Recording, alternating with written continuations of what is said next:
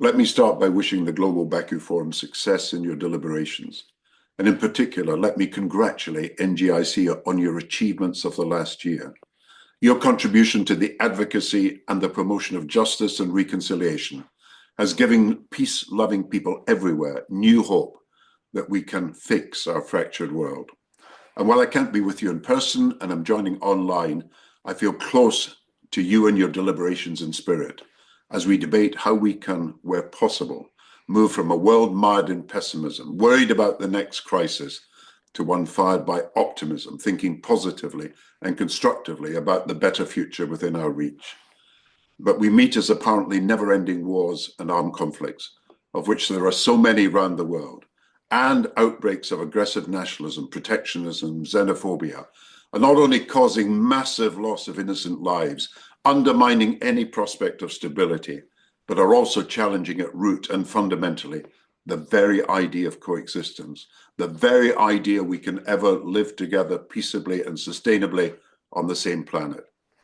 We meet at a very difficult point in our history, hoping for a just settlement that will end the bloodshed in Ukraine, but knowing there are those who believe that divisions cannot be overcome peacefully, those who believe that Russia cannot exist side by side with a free sovereign Ukraine, those who believe we cannot ever have a secure Israel alongside a valid, viable Palestinian state, and even those who believe that China and America will never be in anything other than a permanent, unstable standoff. And yet there are those like us who continue to champion coexistence and cooperation, believing that if we can prove we can together address the injustices that divide and impoverish our world, we can achieve a safer, fairer, and prosperous future for our children. We know, of course, we're in a fast-changing world. It's the result of the underlying shift of economic power eastwards and the rising potential of Asian economies, all creating a multipolar world. Three seismic shifts, not just from unipolar to multipolar, but now as a result of the response to globalization, from what you might call a hyper-globalized world to what's called slowbalization, and from a neoliberal to neo-mercantilist world, a world that has changed. Indeed, take this in the context of our history over the last 200 years. Four world orders have risen and fallen. The first two, the post-1815 balance of power, emerged after the defeat of Napoleon. The post-1918 Versailles system arose after five dynastic empires collapsed. Both, however, ended in world wars. Then came the post-1945 architecture led by the United Nations. And then, of course, after 1990, with the breakup of the Soviet Union and the Warsaw Pact, we had what US President Bush called a liberal New World Order. But this, the fourth, an American-dominated, hyper-globalized free-for-all that was in the end exposed as not fair to all, meant that protectionism has taken over what was called the Washington Consensus, a Washington Consensus that is no longer supported even in Washington. So taking this broad sweep of history, there can be no doubting of the significance of this moment. For before our eyes, every single pillar of the old order is under assault. Not just the rule of law, but the primacy we've long attached to human rights, to the self-determination of peoples, to cooperation between nations, to humanitarian aid for people in difficulty. And the question is whether now, a quarter of a way through a new but surprisingly violent century, we're in the birth pangs of a fifth world order that will turn out to be stable, or whether we are heading for the kind of chaotic disorder that has been the defining characteristic of most previous centuries. The signs are ominous if we do nothing.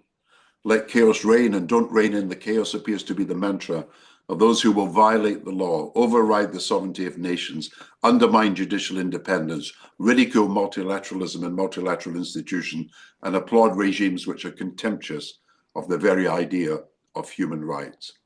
And all this requires now us to rethink the way we manage our planet, show afresh how we can deal with global problems that need global solutions, and reassert the need not for a power-based order, but a rules-based order.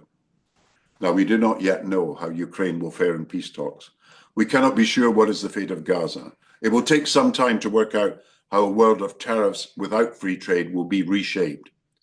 But what we do know is that there are urgent humanitarian needs, urgent disasters that have to be addressed, millions of refugees and displaced people, a rising number of men, women, and children becoming poor and destitute. And in the week of this conference, I want to draw attention to the sudden freezing of US foreign aid and the dismantling of US aid, which is threatening a collapse of the global humanitarian system itself. The US has been a fundamental funder of key international agencies, providing, for example, $2 billion to the UN refugee agency, UNHCR. You know, an earthquake of the magnitude of 7 or above could not have caused more carnage. Recent floods in Asia and droughts in Africa have been catastrophic, yet they have inflicted less damage than the withdrawal of US and other aid is causing.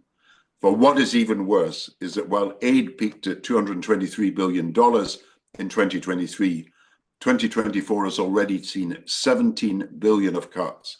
Cuts by the European Union, France, Netherlands, Finland, Switzerland, Sweden, and the United Kingdom, with the result that aid agencies are now so underfunded that in 2024 and now 2025, for the third successive year, the UN has covered less than half of its humanitarian funding goal of nearly 50 billion. And this is at a time when increasing conflicts and natural disasters necessitate more relief. You know, we're now having to give up on helping the hungry to save the starving. We're now having to stop helping the badly housed to help the homeless. We're now having to end support for the down at heel to deal with the down and out. But you know, on the other hand, there are good examples of how, even in the most unpropitious of circumstances, bold and inspired leadership can achieve breakthroughs in global cooperation, even at a time when pessimism abounded. John F. Kennedy's appeal to a common humanity to achieve the first nuclear test ban treaty in 1963 is one example. Ronald Reagan and Mikhail Gorbachev finding common ground in the mid-1980s to achieve the biggest reduction in nuclear weapons in history. Scientists from Russia and America coming together to launch the satellite to create the vital evidence that has led us from the 1990s to successfully address the ozone layer.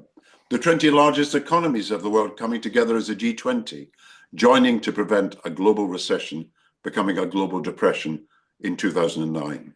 The climate accord achieved in Paris in 2015, after China and America found a way to come together on this, the most existential issue of all, not just our sustainability, but our survivability. These were all transformative changes achieved with the kind of vision, leadership, and willpower that NGIC represents, and we now need to rediscover to ensure a world economy that will grow sustainably again, international institutions that can progress urgent action on climate, not least by the work of NGIC, a global pandemic accord, because no one is safe from epidemics until everyone is safe. Most of all, the making of a lasting peace that ends the horrors and atrocities now a daily occurrence in Ukraine and other countries. All breakthroughs that are possible if we continue to work together. And for that, we have to demonstrate anew the founding tenet of NGIC, that we have far more in common than anything that divides us. And reminding everyone everywhere, as John Kennedy said, that we all breathe the same polluted air, that we all inhabit the same overdeveloped planet, that we all share the same positive aspirations for a now anxious new generation of children to do better. And we know in our hearts that not only are peace and prosperity indivisible, but that prosperity to be sustained has to be shared amongst nations.